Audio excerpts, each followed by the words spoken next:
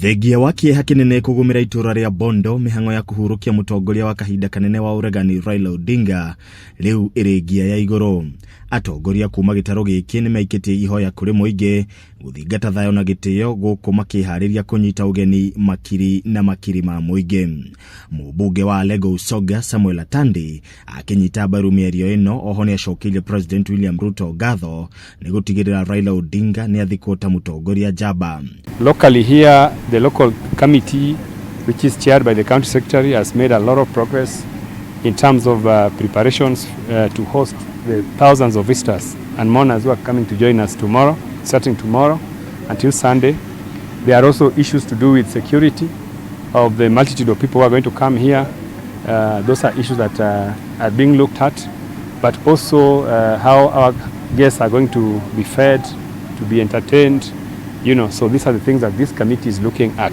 Ihide-ini ori unaguo muingi wa Githumu na gicigo giothe kia Nyanza ni uthingatitwo kuiga thayo na makiria muthe wa rucio riria matanyitwo gukaheo kamweke ga kuona na kugira uhoro mutongoria wao. Mihango ire gakorwo gikinyanirio kiharo-ini kia Jomo Kenyatta International Stadium.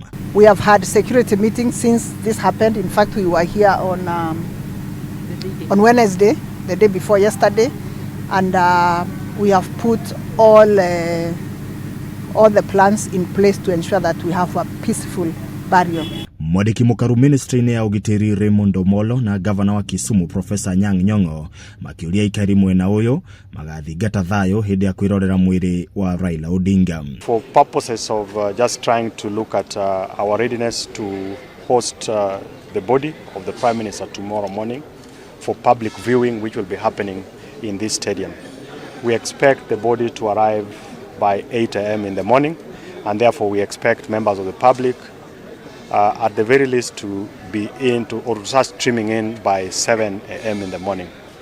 So the order of events is that as soon as the body is here, there will be no public speeches. There will only be a quick prayer by the clergy, and then the process of viewing will begin. People will have the opportunity, those who may not make it to Bondo, to say their farewell to our leader, Raila Odinga, tomorrow. What we appeal to people is to understand that it is a solemn occasion tomorrow.